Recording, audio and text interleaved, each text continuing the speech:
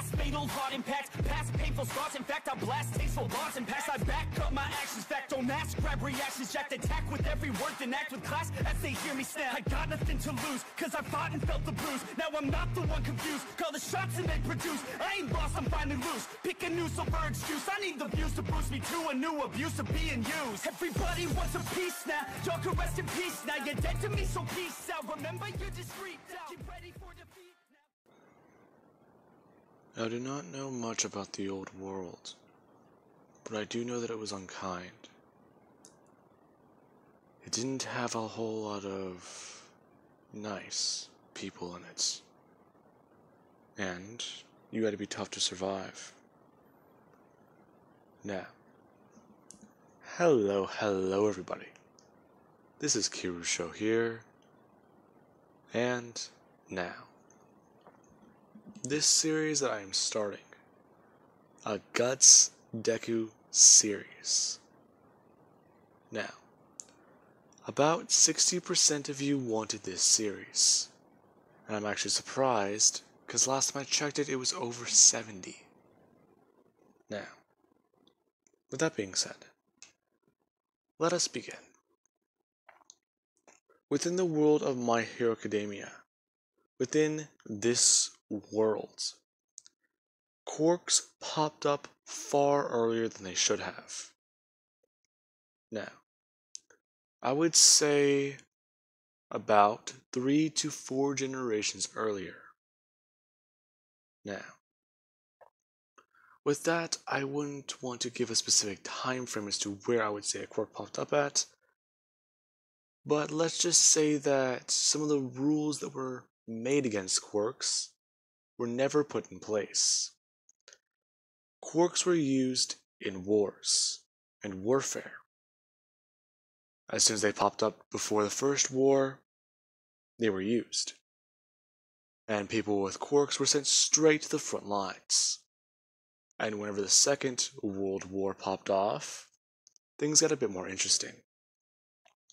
Now, with that being said,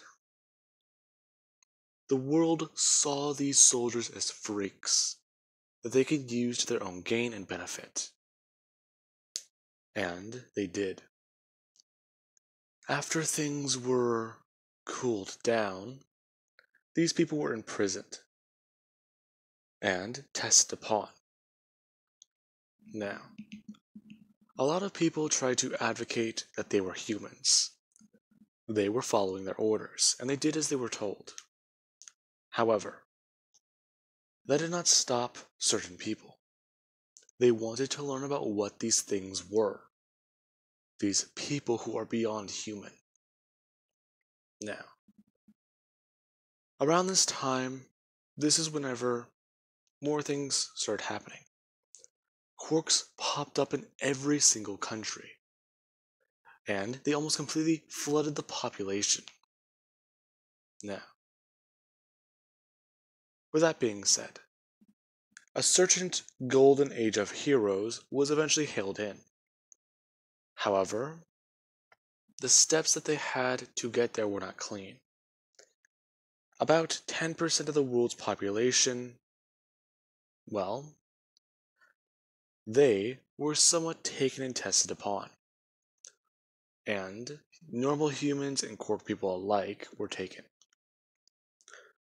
And eventually a study was found. The study had some backing to it, but they needed more testing. One day, within the next 200 years, quirks would hit calamity, or singularity. Now, this was quite a surprise. Certain people tried to get prepped, others tried to hide the news. However, eventually it got out there, and the world went into a panic. For the next couple years, people went into hiding. They isolated themselves and tried to stay away from each other. If you have a quirk, you could pass it on, like some sort of disease, like you weren't human. Now, let us cut to roughly a couple hundred years later. where the world has fallen apart. Certain people who have possessed the quirk gene from the first generation to the third generation, people who are their family lines have died of singularity. And the world, about 70% of it, is gone. The population was overwhelmed. People didn't know that they were already affected. And they tried to fight and use their quirks to keep themselves alive. They were hoping that they could one day avoid the singularity. However, everyone knew that that was untrue. And those that do remain, they have to live by certain rules. Not rules made by governments, not rules made by anyone, but rules made by those who are left. Old technology no longer exists. All the guns that were ever there were melted down and used as scrap. And eventually, people forgot even what a gun was. Sure, if you got lucky and were able to figure it out for yourself, you could probably make one. But every guide, every book, and everything else was either hidden or destroyed. Secret knowledge that only very few would possess. Now, with that being said, Izuku Midoriya, his family, the village that they hail from was quite small, and they were under constant threat of having their way of life changed forever. And, well, if you know Guts' story, you know the rest. Eventually, underneath a tree, Izuku Midoriya is born, while his mother, she hanged there dead, persecuted for the possibility of possessing quirks, and under the direct supervision of the king. Now, a band of mercenaries would eventually come through and find this child. Now, after somebody picks up Midoriya and takes him, they give him a name, and they would leave. Now, a few years later, we have Midoriya, around the age of 5 years old. He is looking around and trying to walk throughout his camp, find out where everyone is, and learn what is going on. Apparently, all the men in the camp have left to go to war and earn their keep, earn money. Now, Midoriya would walk back to the tent, and as he pulls back the flap, he does see what is happening. Watching as the woman who raised him, she is suffering from a very, very high fever and some form of sickness. Telling Midoriya, or as she would call him by the name given to him, Guts, that he needs to stay away. If he gets sick, he could die too. Midoriya unsure, and asking if she's going to be okay. The people around her are informing the boy that he needs to leave now, and that this is no place for a child. Someone screaming at him to get the hell out of here.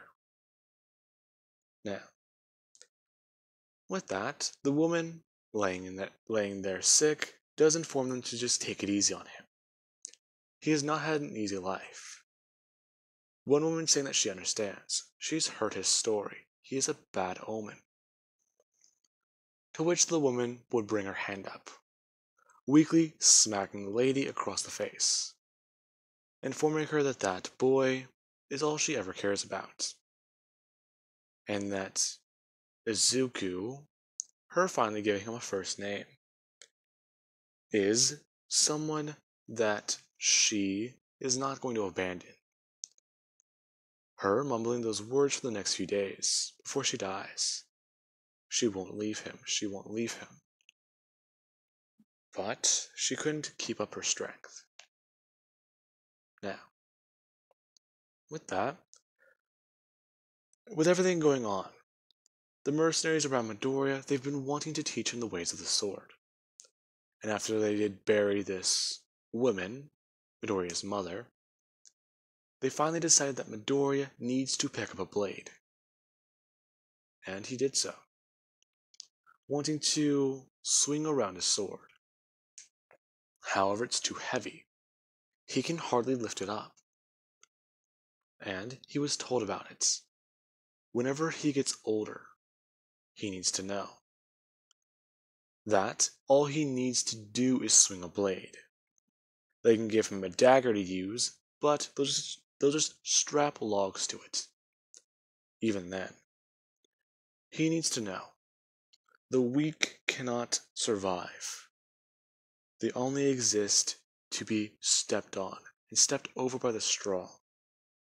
All they are is a staircase for your success.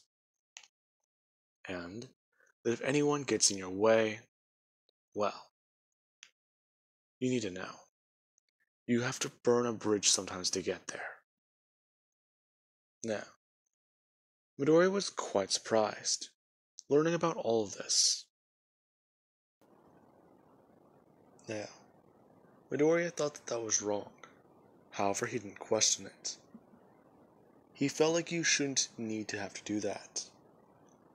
Instead, you should have to be able to rely on people. In fact, relying on people is what, from he's been hearing rumors about, is why he is alive today. And he's almost thankful for that. However, they told him he's going to have to pay his debt back to them. And Midoriya, he continued on with his training, until he was finally able to pick up a sword and enter a real battle. As we do have today, Midoriya is around the age of 10 years old. And he is wearing armor.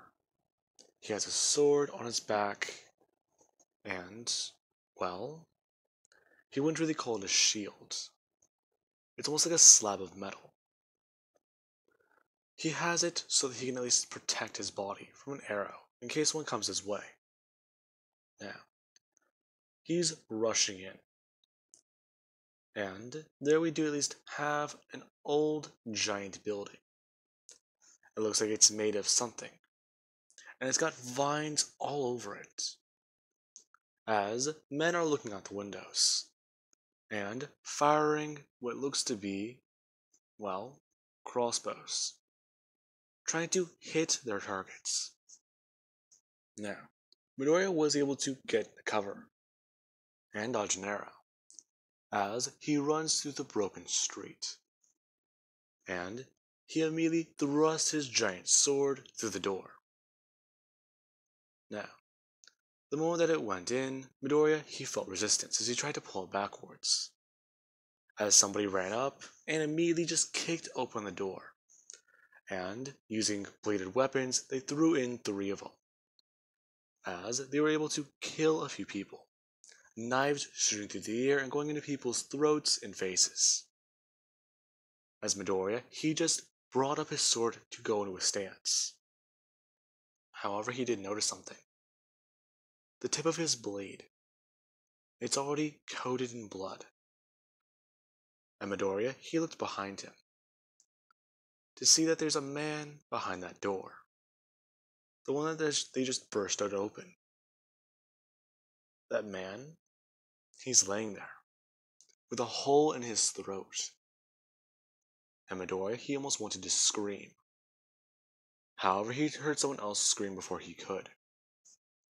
As they ran at him, Midoriya bringing up his shield and watching as the person clashed with it, sending sparks everywhere. Midoriya bringing up his giant sword and swinging it, as he cleaved straight into the man's neck. Now, Midoriya continued to fight the battle. However, he does just remember what he saw. He remembers everything. And there is later on, whenever he and a lot of people are sitting down by a campfire, talking about it. Midoriya saw a battle today.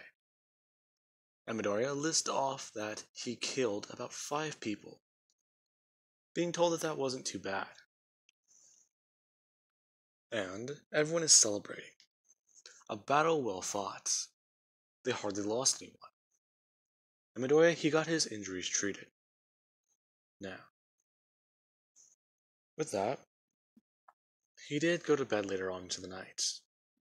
They have to be on another battlefield early in the morning, so they need to get going as soon as they wake up. As Midoriya does lay there, he does try to remember what happened today. It wasn't easy to process. He still remembers the look on that man's face behind the door. It just caught him off guard. He wasn't ready for it. He knew he'd do that eventually, but, well, it was just a surprise. That's all. Damn it. Come on, Guts. You'll be okay. Midoriya says to himself, as he does actually keep his hand on his sword, remembering what's been happening. Now, with that being said, Midoriya does fall asleep, and the next day he does wake up. They are to be on a battlefield, so they need to get moving, packing up supplies and heading out. As soon as day broke. Now, Midoriya, they would all head out. And as they're packing up, Midoriya can hear a few people talking about abilities. Midoriya wondering what they're saying, really. And them explaining it to him after they get on the road. They got about 3 to 4 hours before they get to their destination. So, they need to hurry. Now, Midoriya does ask one man about it, asking Gambino about it. Exactly what are these strange abilities that he keeps hearing people talk about? And he does try to explain it. Long ago, in the old world, as he would say, there existed abilities far beyond what any human thought possible. Thinking back on it now, it all could just be imagination. It all could just be speculation. We don't know. However, what we do know is one thing. People with certain abilities do still exist today. It doesn't just have to be purely strength, physical based, or, well, even normal. In fact, within his life, he thinks that he's met one of these people before. However, you do want to keep your distance. They might infect you. There's even a rumor going around that everyone who's ever died because of this strange disease that has no cure to it. Now, Midoriya was quite shocked by this, and he wanted to learn a bit more. As they're leaving, Midoriya is hearing these stories. Rumors and widespread stories from everyone. Anything that they've ever heard that they believed was a part of it, they're telling him. Now, eventually they do arrive towards the battlefield and get their mission briefing. This giant abandoned place used to be a city. What they're going to be doing here is spending some time. They can hide out in one of the abandoned city blocks and try to find their enemies. Right now, it's more or less a game. If they can take them down, well, that's good. But they do need to beware. From what they've been hearing, some of these mercenaries could possess magic, or those strange powers. And that if indeed they do, then they will be paid more handsomely. The bounty for hunting these people down is quite extraordinary. And in fact, there are certain people who do just want to look into these. Doctors who want to learn more about the strange disease. Now, with that being said, they get their camp set up. And Midoriya, he is actually kind of excited. And he does want to explore a bit more to see what's going on. He's in a 5-story building. And every window is busted. There's plants growing everywhere. But surprisingly, there's no animals. So, you at least know this place hasn't been inhabited for a good little while. Now, with that being said, I do hope you guys enjoyed. And have an amazing night. I'll catch you guys in the next part.